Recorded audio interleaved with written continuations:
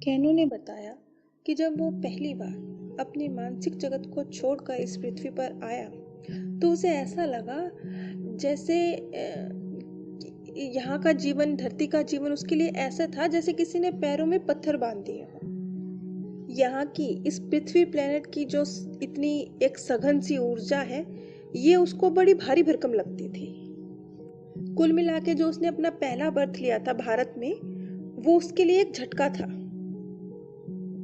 दूसरे बर्थ में आके वो थोड़ा सा इस वातावरण का अभ्यस्त हुआ था, लेकिन अभी भी नहीं था पूरी तरह से, तो अभी भी नहीं, लेकिन हाँ, क्योंकि ये उसका सेकंड बर्थ था पृथ्वी पर। पहले बर्थ में वो एक भारतीय था और सेकंड बर्थ में वो एक जापानीज है। तो थोड़ा सा अब वो पृथ्वी के माहौल से, उसके वातावरण से आदत उसकी पड़ रही थी।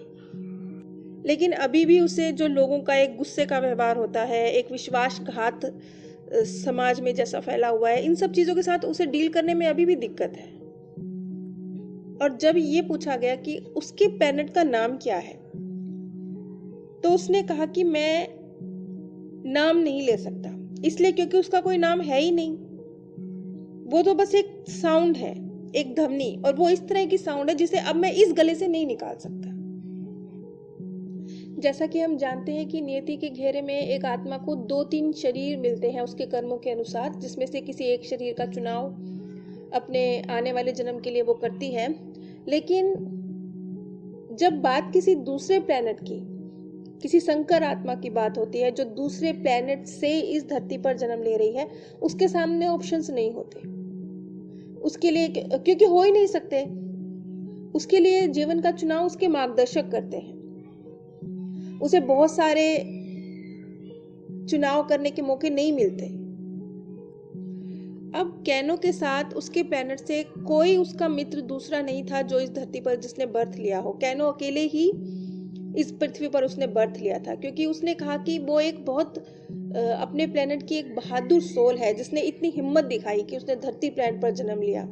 उसकी इस हिम्मत से प्रभावित होकर उसके कुछ और दूसरे दोस्त जो कि उसी के सेम मानसिक जगत से, उसके दूसरे प्लेनेट से ताल्लुक रखते हैं, वो भी अब हिम्मत करेंगे कि वो भी धरती पर जन्म ले, कैनो से इंस्पिरेशन लेकर। अब क्योंकि कैनो एक दूसरे ब्रह्मांड से आया है, तो अगला सवाल था कि क्या जो तुम्हारा ब्रह्मांड है वो बिल्कुल हमारे ब्रह्मांड के साथ ही है, धरती प्लेनेट के साथ ही है?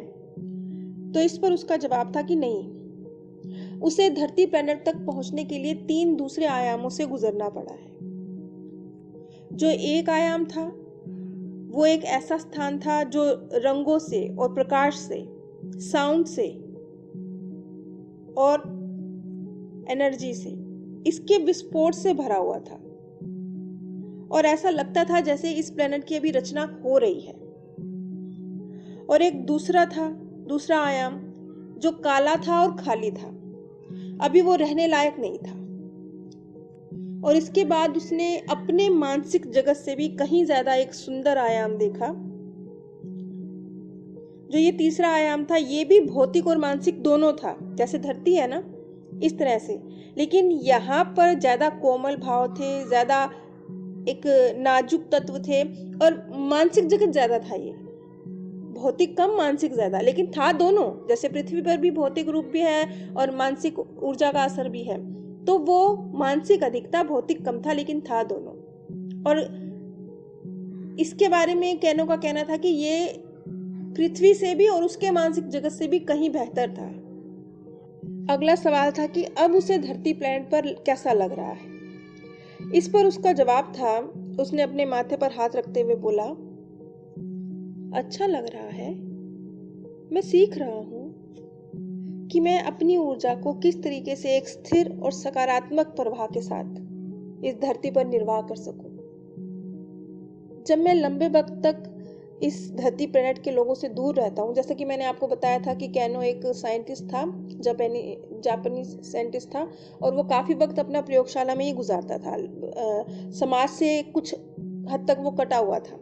तो वो कहता था कि ऐसा करना उसे फायदेमंद लगता है। वो उम्मीद करता है कि वो धरती प्लेनेट पर अपने मानसिक जगत की तुलना में ज्यादा तेजी से तरक्की करेगा, लेकिन फिलहाल वो अपने यहाँ के जीवन से खुश नहीं है और बस दिन गिन रहा है कि जल्दी जल्दी मेरे जीवन के दिन इस धरती से पूरे हों। अब कैनो ने एक गैसीय लोक का जिक्र भी किया, जैसे कि क्रियोन के ज्वालामुखी होते हैं, उनके जो गैसीय लोक है, इस तरह के एक लोक का उसने जिक्र किया। उसने कहा कि वो भी शारीरिक और मानसिक दोनों हैं, लेकिन वहां पर जो जीवों का अस्तित्व है वो ऐसे है जैसे एक तरल ऊर्जा है, वो बुलबुलों के रूप में है, बहुत सूक्ष्म जीवों का वजूद है वहां पर।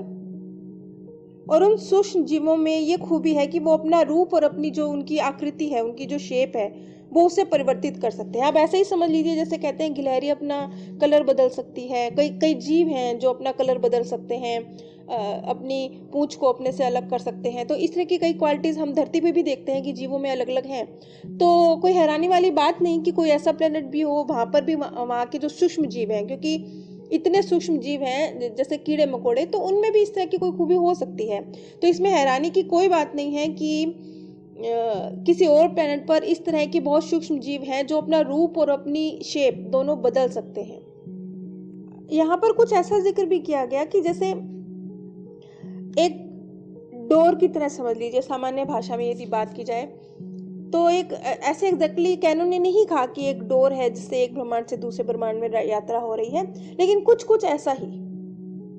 आगे उसने बताया कि उसे ऐसे लगा है जैसे जो आयाम है ये परस्पर एक दूसरे के साथ गुथे हुए हैं, जुड़े हुए हैं, एक के बाद दूसरा एक दूसरे के साथ जुड़े हुए हैं, गुथे हुए हैं। और जब वो एक आयाम से दूसरे आयाम में, एक ब्रह्मांड से दूसरे ब्रह्मांड में जब वो प्रवेश करते हैं तो उन्हें सिर्फ दो तत्व हैं, अलग अलग तत्व हुए हैं। कुछ रंग में फर्क आया है, कुछ ध्वनि में फर्क आया है, ये सीमाएं हैं। जैसे एक देश की सीमा पार करके आप दूसरे देश में जाएं तो आप क्या बोले, क्या महसूस करेंगे? वहाँ के वातावरण में फर्क है, वहाँ की बोली में फर्क है, वहाँ के इन्वायरमेंट में फर्क है, वहाँ ठंड ज्यादा है, वहाँ गर्मी ज्यादा है, इस तरह की बात कहेंगे ना। तो बस इसी तरीके से समझ लीजिए कैनो का भी कहना यही था कि जब एक ब्रह्मांड से दूसरे ब्रह्मांड में, एक आयाम से दूसरे आयाम में एक प्रवेश होता है तो ऐसे जैसे तब रंग बदल गया है, साउंड बदल गई है, बस ऐसा कुछ एहसास होता है। ऐसा कुछ सीमा नहीं बनी हुई। अब यहाँ से भी एक देश से आप दूसरे देश में जाते हैं तो जमीन तो एक ही होती है ना। इंसानों ने सीमाएं बनाई हैं लेकिन जमीन तो एक ही है। कुछ इसी तरीके से समझ लीजिए, एहसास नहीं होता कि एक ब्रह्मांड से दूसरे ब्रह्मांड की यात्रा करी है, लेकिन तत्वों में फर्क है, रंग में फर्क है, साउंड में फर्क है। ये बताता है कि अब एक अन्य आयाम में आत्मा प्रवेश कर रही है। अब एग्जैक्टली मैं कैनो के लफ्ज आपको बताती हूँ। उसने कहा कि मुझे हर आयाम की जो कंपनमय आवृत्ति है उसके लिए अपनी ऊर्जा को उसके अनुकूल बनाना सीखना पड़ता है, और इनमें से कुछ बहुत ज्यादा जटिल हैं और मैं उनमें जा नहीं सकता हूँ। अब ये तो स्वाभाविक है, जब एक ब्रह्मांड से दूसरे ब्रह्मांड की यात्रा एक आत्मा करेगी तो उसे अपनी ऊर्जा में परिवर्तन तो करना पड़ेगा, क्योंकि उसकी ऊर्जा ढलेगी, दूसरे ब्रह्मांड के मुताबिक ढलेगी। तो वो उसी का जिक्र कर रहा है कि कुछ ब्रह्मांडों में वो जा ही नहीं सकता क्योंकि वो अपनी ऊर्जा को परिवर्तित नहीं कर सकता उस ब्रह्मांड के मुताबिक। अब वो सिर्फ रंगों का डिफरेंस बताता है और ऊर्जा के कणों में डिफरेंस बताता है, प्रकाश में डिफरेंस बताता है, घनत्व का जो प्रकटीकरण है उसमें डिफरेंस बताता है, साउंड में डिफरेंस बताता है, ऊर्जा अलग महसूस होती है। बस यही फर्क महसूस होता है जब वो एक ब्रह्मांड से दूसरे ब्रह्मांड की यात्रा करता है। अभी जो हमने बात करी, हमने संकर आत्मा की बात करी। संकर आत्मा मीन्स वो आत्मा जो एक बेहतरीन प्लेनेट से धरती प्लेनेट पर, जैसे कि कैनो सिर्फ एक मानसिक जगत से इस भौतिक दुनिया में आया था, उसे हम संकर आत्मा कह रहे हैं। इसी श्रेणी में एक मिश्रित आत्मा भी होती है। वो भी होती तो ऐसे ही है, एक दूसरे ब्रह्मांड से ही आती है वो भी, लेकिन वो कंपैरेटिवली धरती के लोअर ब्रह्मांड से आती है। उसके लिए पृथ्वी बेहतरीन प्लेस है। उन्हें भी दिक्कत आती है धरती के वातावरण के साथ एडजस्ट करने में, लेकिन वो अलग तरह से बिहेव करते हैं। मैंने आप सभी के साथ नीचे डिस्क्रिप्शन बॉक्स में अमेज़न का लिंक शेयर किया है। अगर आप उस लिंक के माध्यम से कुछ भी परचेज करते हैं तो बिना कोई आर्थिक नुकसान उठाए आप इस ज्ञान के प्रसार में छोटा सा सहयोग दे पाते हैं। साथ ही मैंने अपने second channel path of happiness, जिस पर इस समय सेम सोल मैनी बॉडीज़ की सीरीज़ चल रही है और मैनी लाइफ मैनी मास्टर की सीरीज़ ख़त्म हो चुकी है। अगर आप ये सीरीज़ सुनना चाहते हैं तो मेरे सेकंड चैनल, जिसका लिंक नीचे डिस्क्रिप्शन बॉक्स में दिया गया है, पर एक बार ज़रूर विजिट कीजिए। आप सभी पर परमात्म सौंदर्य, प्रेम और आनंद सदैव बरसता रहे। आप सभी दिव्य परम धाम में स्थान प्राप्त करें।